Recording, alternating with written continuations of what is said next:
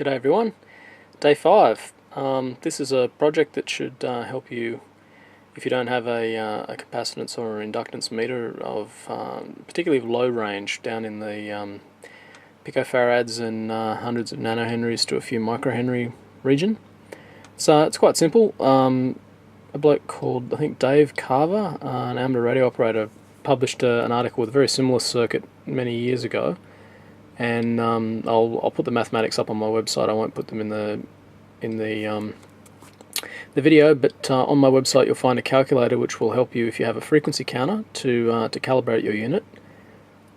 But what I've done is I've also added a second part to it. I've added a frequency to voltage converter, which allows it to drive a multimeter or even a moving coil meter, and you can calibrate it directly. If you have a moving coil meter, you can change the scale, or if you have a multimeter or whatever, you can just draw a graph, which I've done and I'll show you in a minute.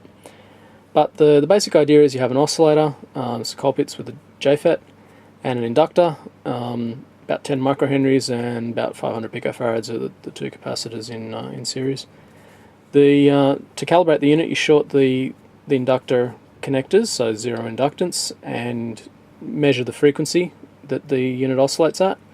You then add a known capacitance, up to about a nanofarad in this case will work quite nicely. Just make sure you use good RF capacitors for everything. This is really only for RF devices, small ceramic capacitors and inductors, but it's not a more general unit like the digital ones that you see and you can buy fairly cheaply, although their accuracy is essentially the same kind of circuit, except they use an op-amp for the oscillator instead of a simple LC oscillator. But same general idea, same mathematics. Again, details will be on the website about how it actually works and how you might go about adding a microcontroller to do the frequency counting and drive a display for you if you prefer a digital output. In general, though, the accuracy will be limited by a number of factors: the temperature coefficient of the cores of the material, etc.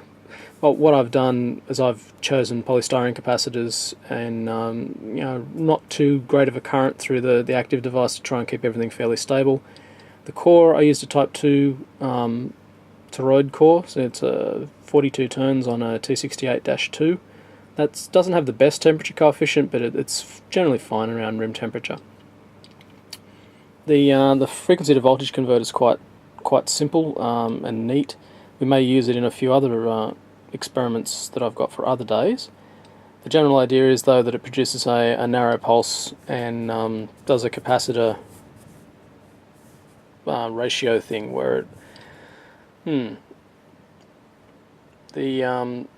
charge in this capacitance gets dumped into this capacitor. Basically, it's a kind of charge pump, and you can imagine that during the negative going part of the cycle, as the RF's going and turning this transistor on and off, when this gets pulled down, the emitter conducts and pulls some current away from the 9-volt supply. So the voltage here will drop as the frequency increases, and the actual length of the pulse is controlled by the capacitance and the resistance here. Again, I'll post the maths on exactly how to calculate these for any particular frequency you want. It's a little bit of a tricky circuit, so I'll describe it in more detail later on. Alright, implementation-wise, over here you can see the unit. It's a bit of a mess, but there's the inductor, and you can see I've got a little shorting link in the top there.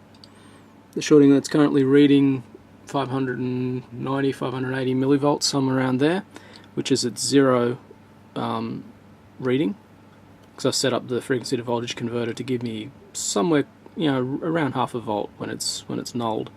The connector here is an RCA connector that lets me plug it into my frequency counter. As you can see, my frequency counter's up there, and I can plug in.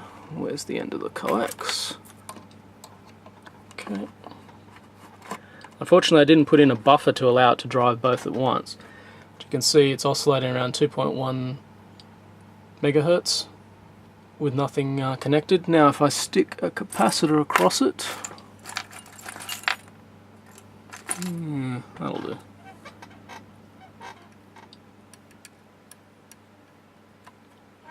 Okay, I just added a, 390 picofarad capacitor. It's dropped down to 1.6 megahertz. So by if you sit down and do all the maths, which I've done, as you can see here, there's quite a table. I've done it for just about every capacitor and inductor value I could find.